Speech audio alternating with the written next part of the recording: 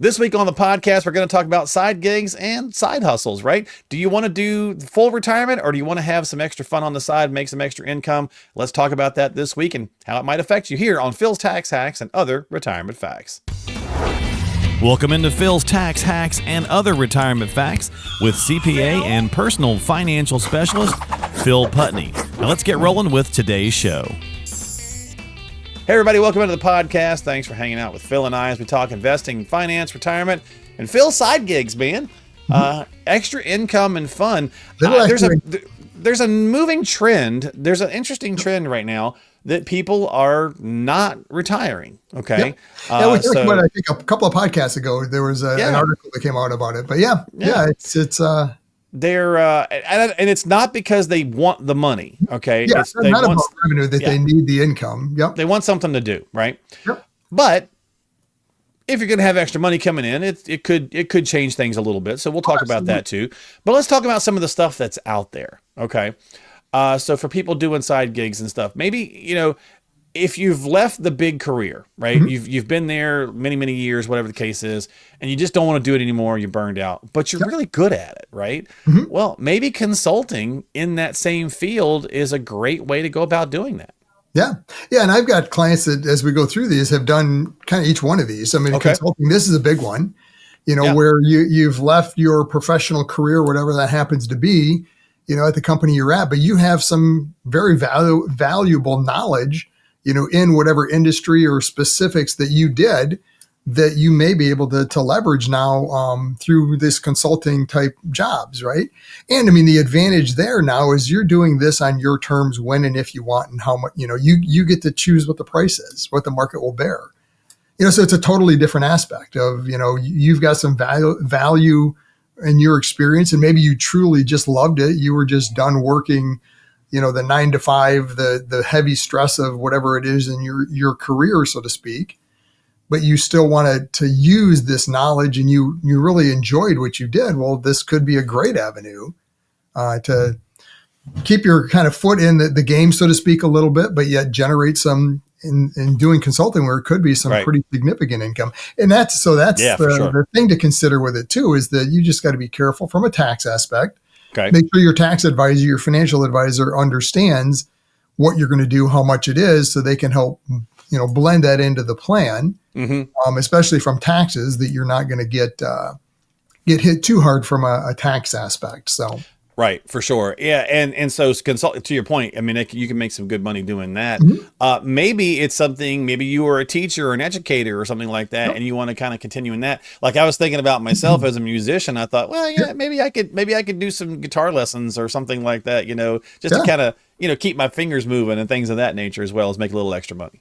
Yeah. So that tutoring, I mean, it doesn't have to be the teaching aspect. I mean, it can be anything. It can be anything that you're good at. Anything in music. I mean, if you're really good at golf, you love golf, maybe you can give some lessons. I mean, there's a lot of things you can do, whatever you're good at. I'm sure there's some opportunity for you to, and it might not even be for pay. It might just be, in a volunteer aspect that you're trying to, to give back and to pay it forward, so to speak, of sharing some of your knowledge and experience.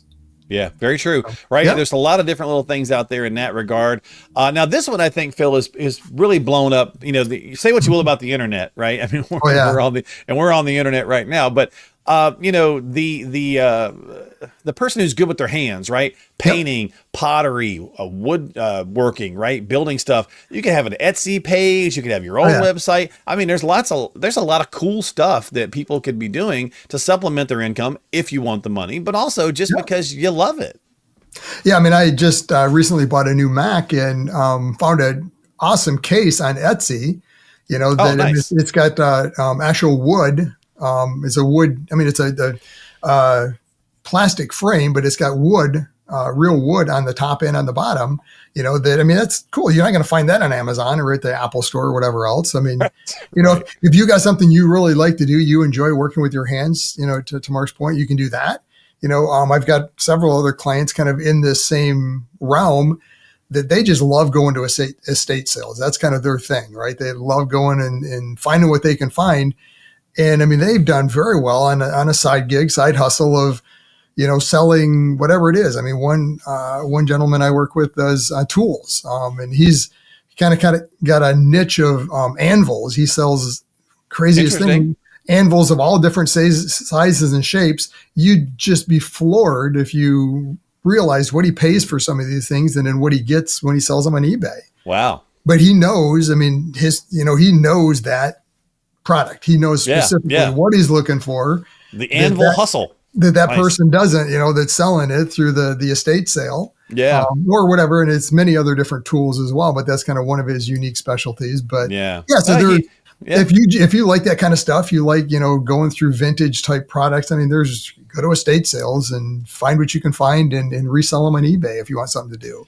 Yeah, I mean, and there's tons of other stuff, right? You can pet sitting, dog walking, maybe you go back and get a retail job, whatever the case is. But I think the takeaway, Phil, is do you, and we've talked about it a million times. We kind of make this mantra often is, are you retiring to something? Yes. And I think sometimes people wind up going back to some form of a side gig because they're bored. Right. Yeah. Maybe for a while, your first year or so into retirement, you're just done. You want to, got the honey-do list. You've got some big trips or whatever it is you want to do, just kind of get away, refresh. But then after that, you kind of get into the normal phase of retirement. It's like, I miss some of that structure. There's only so much golf and so much TV or whatever your hobby it is that you can do, that you want to have something else, some other structure that you go do. Pet sitting, dog walking. I mean, I've got, again, clients there that they just love animals, that they've either done that or they work at a local animal shelter, right? Volunteer. Yeah. I mean, they're always needing help. Sure. But they love dogs and love, cats, animals, and that's their thing. They get their fill of that working with the animals at the shelter. So and volunteering, lots of volunteering. You may not make any money depending on where it's at, but that's certainly a way to fill your time as well. Yeah. So it really depends on what it is you're trying to do. Yeah. But you need to, and this is a discussion, like you mentioned, we have with clients all the time going into retirement is, okay, what you're retiring from. Everyone's typically kind of just done with whatever that is, the stress, the day-to-day.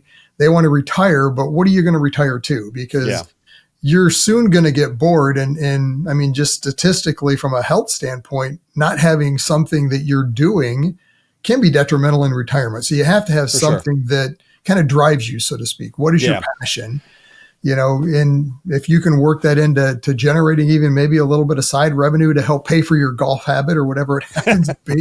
Right. Got clients that do that too, that, I mean, they end up, they're going to work at the course and, whatever it is there, they get discounts and that's their money to pay for their golf. So the Tax Smart Retiree is your comprehensive guide to mastering tax efficiency for a flourishing retirement. You will find indispensable advice and actionable strategies designed to enhance tax savings, maximize Social Security benefits, protect against market volatility, and develop a customized retirement plan. To get your free ebook, click the link in the show notes of today's episode and download your copy of the Tax Smart Retiree right now. Exactly. Well, I want to throw out a little bit of data real quick just before we wrap this up. You mentioned tax, right? So if you are earning money, the taxation side of things, make sure you're talking with your advisor in case that changes your overall plan and your income strategies and so on and so forth. If you've retired early, so if you retired early and took Social Security early, Phil, what's something to keep in mind, right, is the fact that you can only make so much money. So be careful there. Yeah, I was going to say, so if you're doing any of these, make sure you're letting your advisor know ahead of time, especially if they've helped develop a plan. So from a Social Security standpoint, if you filed prior to your full retirement age, 66 to 67,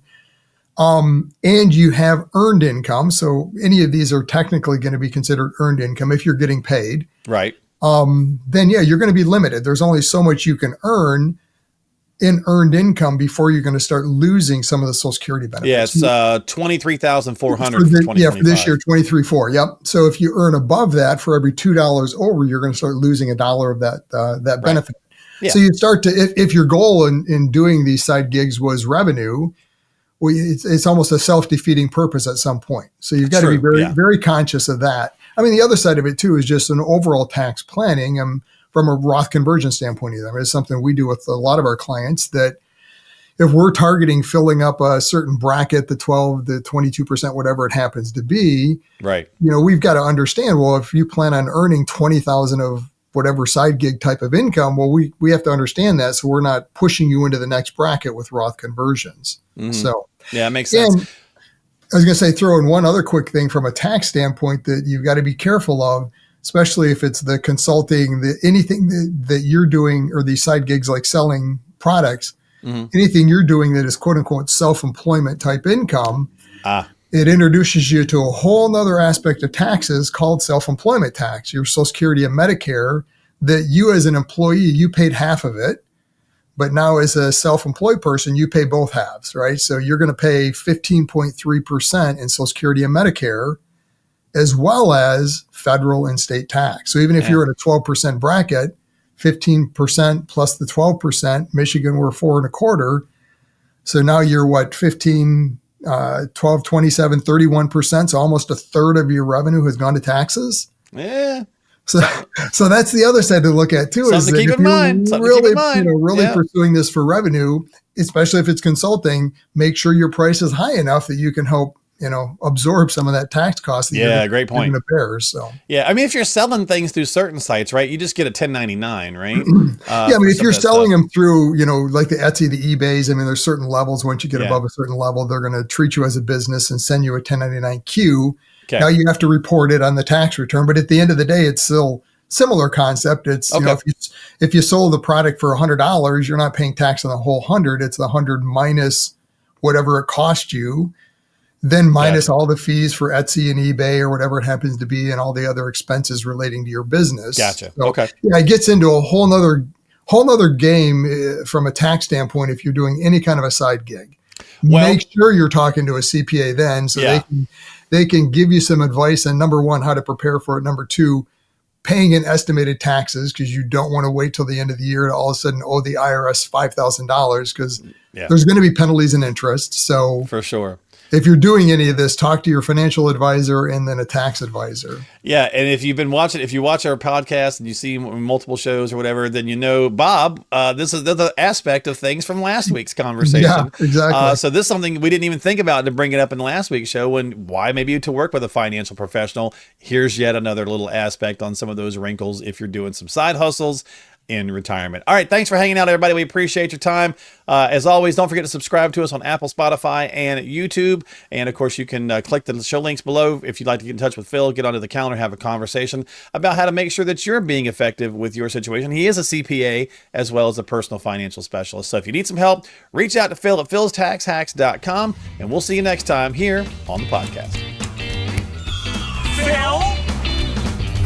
Investment advisory services offered through AFS Wealth Management. The content of this program is provided for informational purposes only and is not a solicitation or recommendation of any investment strategy. Investments and/or investment strategies involve risk, including the possible loss of principal. There is no assurance that any investment strategy will achieve its objectives.